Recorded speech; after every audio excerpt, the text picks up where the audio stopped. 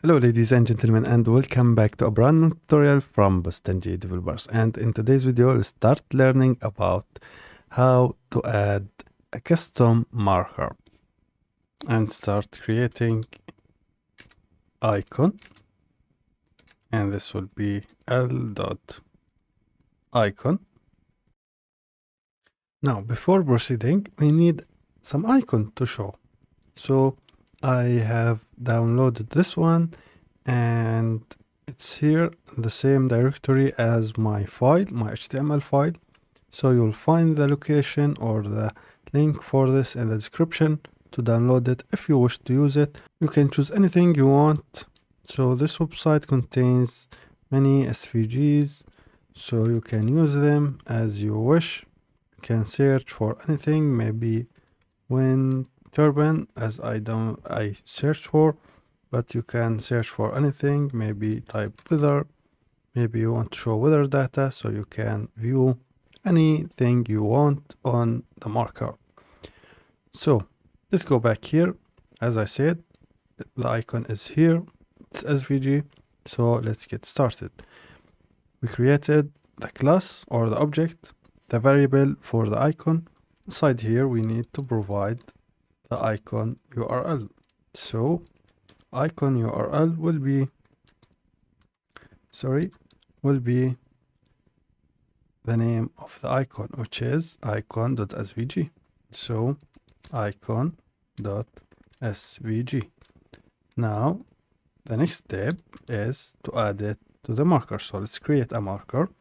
So l.marker, and inside the marker we will view or set the icon to be icon, our custom icon, and add to map, semicolon, save. Let's see what we get here. So go back here, refresh, nothing is showing because we need to add, if you remember, the coordinates. So the coordinates will be same as this, add them, save, go back, refresh, and here it is. But you notice that the size is wrong, so we need to add here icon size. So icon size will be, let's say, 100 and by 100.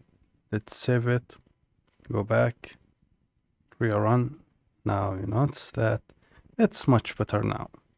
Of course, there are more properties you can play with.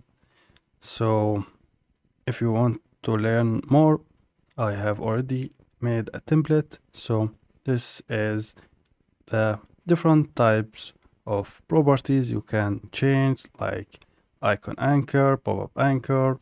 If you want to add a shadow, so you can have another SVG that represent the shadow and add this as a shadow for the image. So you will have here for this wind turbine shadow going maybe something like this.